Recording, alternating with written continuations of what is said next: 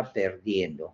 ¿Y por qué se está perdiendo? Porque en la atenuación y sobre todo en la esteatosis hepática, dice, hay un aumento del brillo, ¿no es cierto? Es un hígado brillante.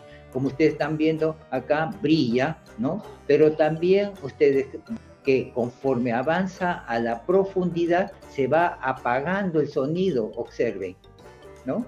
En forma, diríamos, ¿no? Progresiva, va bajando, ¿no? De tal manera que ustedes en el inicio tienen un hígado brillante y luego, ¿no? Como se va apagando hasta ya no darse cuenta de que ya hay algunas estructuras, ¿sí? Esto es el famoso hígado graso, ¿no es cierto? ¿Sí? Entonces el hígado graso, ¿no? Viene el sonido, va pasando por este hígado que está conteniendo gran cantidad de grasa, ¿no? Y por lo tanto también menos líquido, ¿no? Entonces, ¿no? De lo que es el líquido intracelular, ¿no es cierto? Está lleno más de grasa y entonces eso hace que se apague el sonido.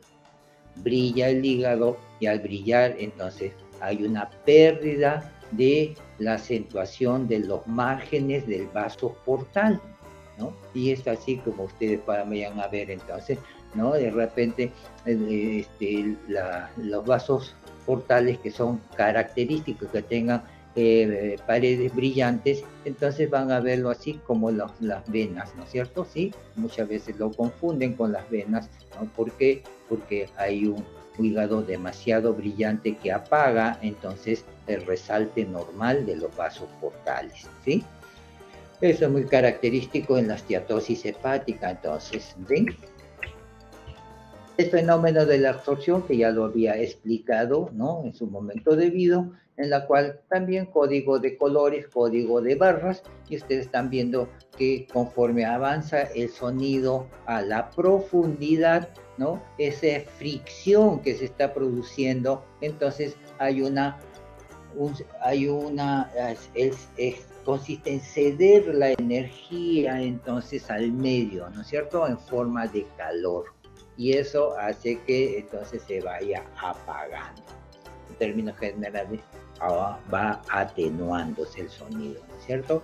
Entonces la absorción es parte de la atenuación del sonido, ¿sí? Muy bien.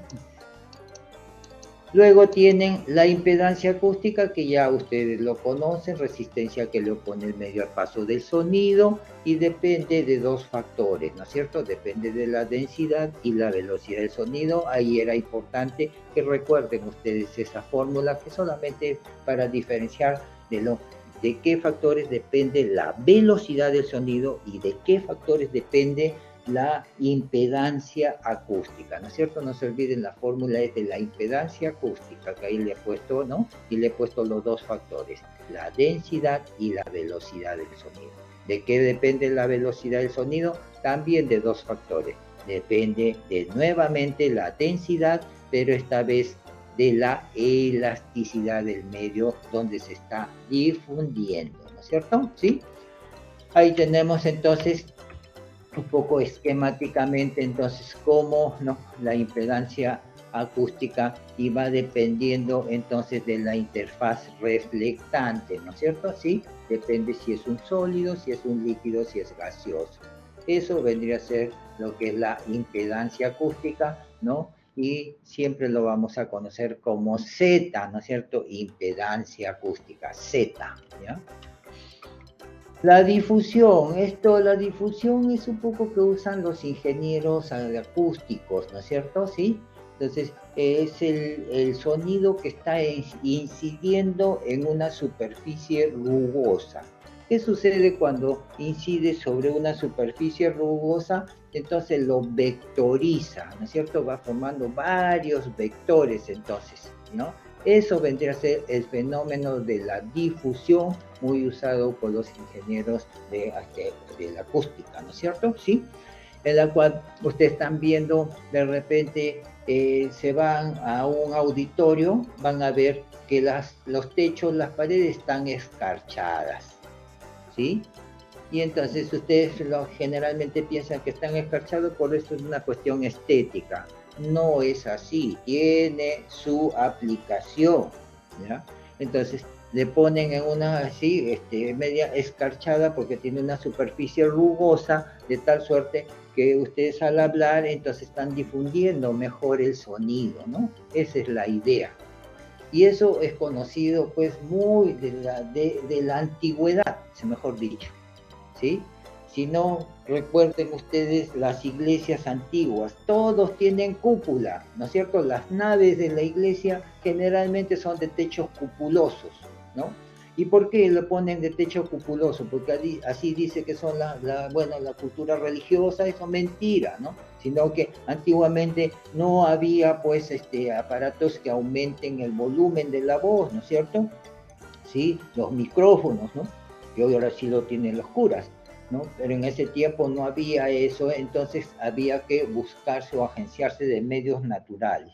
Entonces ponían la superficie, el techo medio de cúpula, de tal suerte que el sonido choca con esa pared, ¿no es cierto? Al chocar, choca nuevamente con la otra parte, ¿no es cierto? Más superior, que está ejerciendo esa curvatura y luego el sonido cae, ¿no es cierto? Al caer eso difunde mejor el sonido, ¿ya? Por eso es que ustedes cuando asisten a un concierto, ¿por qué le ponen a las bandas, ¿no es cierto?, en un techo medio cupuloso, parece la concha acústica, incluso no le dan esa denominación, ¿no es cierto? La concha acústica de Campo de Marte, la concha acústica del Parque Salazar, ¿no?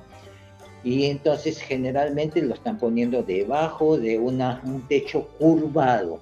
¿Para qué? Para que, bueno, difunda mejor el sonido, los músicos puedan escuchar mucho mejor, entonces por eso le ponen ese techo, ¿no? Esto no es por estética netamente, algo, ¿no?, que están aplicando ahí, ¿no es cierto?, la física del sonido, ¿ya? Entonces por eso es, ¿no? Entonces, esos paneles que hay en los salones de clase también, ¿no es cierto? Sí, medio tiene como canales, como no, no tiene una superficie lisa, diríamos, ¿no es cierto? Sino tiene una superficie media arrugadita, ¿ya? Entonces, a eso obedece entonces, ¿no es cierto?, para difundir mejor el sonido, ¿sí? Y finalmente, como última propiedad, es la difracción o la dispersión, es la caída del sonido, ¿no es cierto? Sí. ¿Sí? Entonces ve el sonido en forma recta, se va, ¿no es cierto? ¿Sí? Y luego se cae, ¿no es cierto? ¿Sí? Entonces eso es la difracción o la dispersión, ¿no es cierto? ¿Sí? Y como fenómeno de difracción y dispersión, también tienen esto, doctores, ¿no? Y encuentran ustedes el motivo por la cual de repente los cuernitos, ¿no es cierto?, que ustedes usan el fetoscopio, ¿sí? ¿Qué es lo que emplean también esto? Mire, ve, doctores, ¿no es cierto?, las propiedades del sonido, ¿ya?